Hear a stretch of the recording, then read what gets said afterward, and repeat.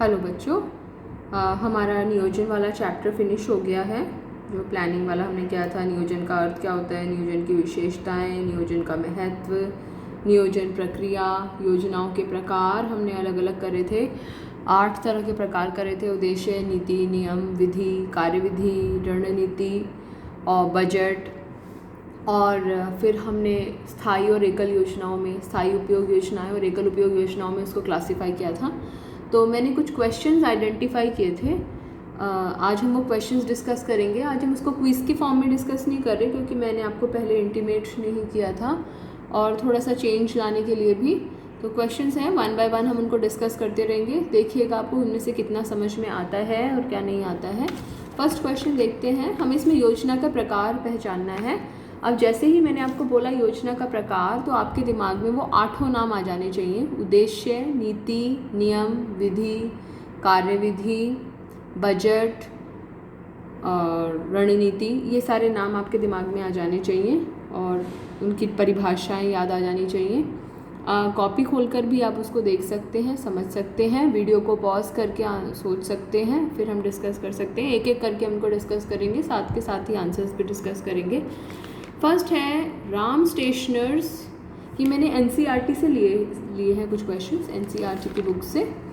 Ram stationers केवल e transfer द्वारा सभी भुगतान करने का निर्णय लेता है। उन्होंने डिसाइड किया है कि जो भी पेमेंट्स रिसीव की जाएंगी वो जैसे वॉलेट, पेटीएम, यूपीआई, इन सब के माध्यम से ही ली जाएंगी।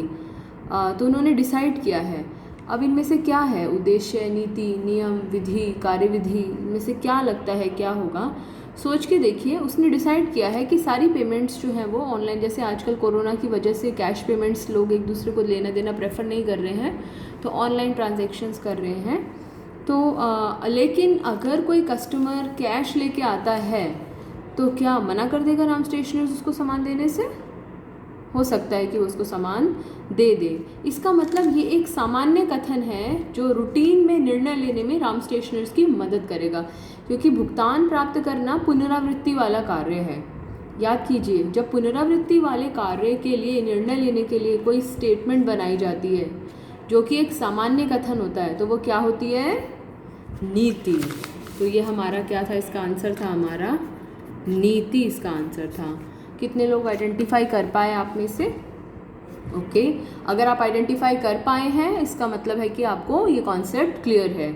सेकंड पॉइंट देखते हैं। 2018 में रिलायंस जियो, ये ऐसा नहीं है कि क्या कहना चाहिए, ये रियल एग्जाम्पल है। 2018 में रिलायंस जियो के कंपटीशन से निपटने के लिए भारती एयरटेल ने 149 रुपीज़ का प्रीपेड प्लान लागू किया। कंपटीशन से, प्रतियोगिता से निपटने के लिए, प्रतियोगी की चाल को समझते हुए हम उसका सामना कैसे करेंगे, ये सब सोचते हुए डिसाइड किया गया। तो प्रतियोगी की चाल को समझना, दीर्घावधिक निर्णय लेना, उसके लिए प्रक्रिया निर्धारित करना, आवश्यक स्रोत इकट्ठे करना और अपने आसपास के वातावरण का ध्यान रखते हुए जब भी कंपटीशन की बात आएगी, अपनी प्रतियोगी की चाल को का सामना करने की बात आएगी, तो ये क्या लगता है आपको? क्या है ये? रणनीति, स्ट्रैटेजी, व्यूह रचना। किस किसने आइडेंटिफाई कर लिया था? देखिएगा। थर्ड क्वेश्चन, 31 जनवरी 2021 तक विद्यालय में छात्रों की संख्या 5000 करना। 5000, हम छात्रों की संख्या 5000 करना चाहते हैं, 5000 करना चाहते हैं।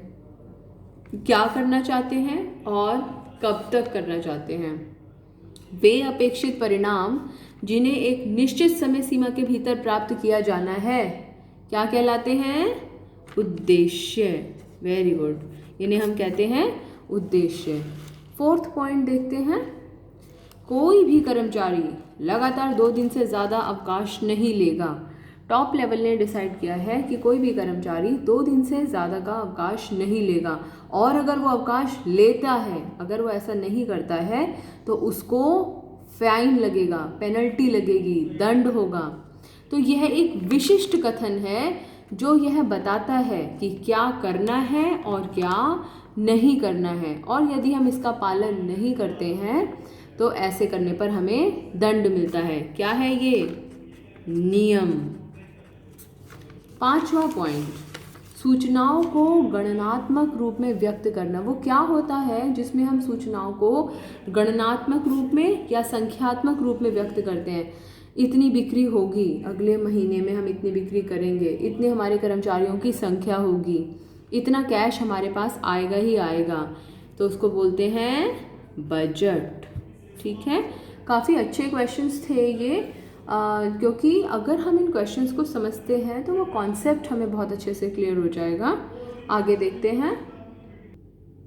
क्वेश्चन है, नियोजन प्रक्रिया में कितने चरण होते हैं? वीडियो को पॉज कर सकते हैं, अपनी नोटबुक निकाल सकते हैं और उसमें देख सकते हैं आपने कितने चरण लिखे हुए हैं। पता चला टोटल 7 चरण होते हैं। कितने चरण होते हैं? 7। There are 7 steps in planning process.